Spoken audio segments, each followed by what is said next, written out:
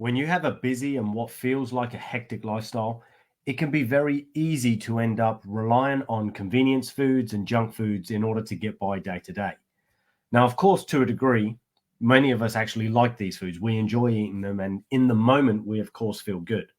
The catch is on the back end, we tend to feel shit, both because the food actually makes us physically feel like crap quite often, particularly if we overindulge. And it often gets followed up with this feeling of guilt because I shouldn't have had this thing.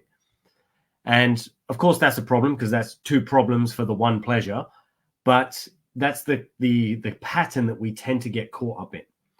Now, one of the first things that I tend to recommend to my clients when they're struggling to give up on these foods is a real simple method. I recommend that you start tracking your food.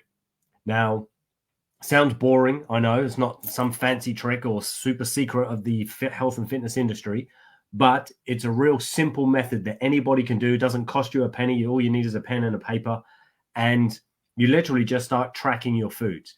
And then if you want to make that even better, what you will want to do is get somebody to hold you accountable to it. So you'll get a friend or a coach if you wanted to use a coach, but if not, get a friend or somebody and ask them to hold you accountable to tracking the food. Because what you will find will happen every time you have to write down the bad food or the thing that you shouldn't be eating, you're going to think twice about it. You're going to be like, oh, do I really want to let this person know that I'm still eating this crap that I said I'm trying to get rid of? And then as a result, you're more likely to now choose to have something different instead, or just choose not to have that thing at all. Now, of course, it doesn't mean you're always going to do that, as in always going to make that choice. There will be times where you're just like, you know what, I don't give a shit. I'm going to have this food anyway. But we are much less likely to follow through with that bad behavior or thing that we feel like we shouldn't be doing if we know that someone is holding us accountable, and with that added self-accountability of us actually writing it down and having to see it written down. Because many of us, we tend to go through our day almost on autopilot.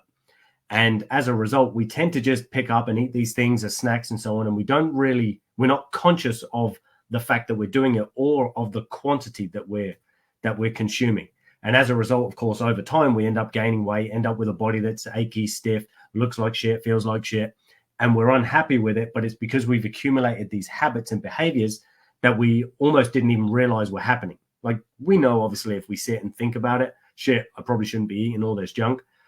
But at the same time, it's part of our autonomy. It's part of what we just do on a day-to-day basis without even thinking about it, really. There's no conscious effort involved.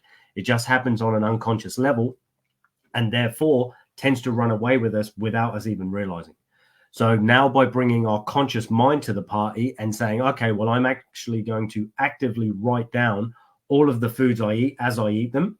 That way, as I mentioned, we get that self-accountability because we get the opportunity to say, oh, do I really want to eat this? And then if we have a friend or somebody involved who's going to offer to help to keep us accountable too, that gives us that double layer, which will prevent us from continuing to sabotage ourselves, because now we've got both ourselves and somebody else holding us accountable, checking in on us, making sure that we're not overeating this stuff too much, and therefore continually moving away from our goals.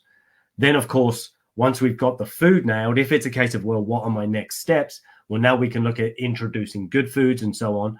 But the one simple trick that I recommend for most of you when getting started, regardless of whether you're trying to completely change your diet or not, is just to start tracking your food. It will make a big difference in the choices you make, and of course the outcomes that you therefore get as a result of the foods that you're eating on a consistent and regular basis. If you have any questions around this, or if you want actual tracking sheets that you can use, I have plenty of different ones for different types of goals and things that you might be trying to reach out to me in the DMs, let me know, and I will get one of those sent over to you immediately. Take it easy, people. Thanks for watching, and if not, I look forward to seeing you in my next video. Take it easy.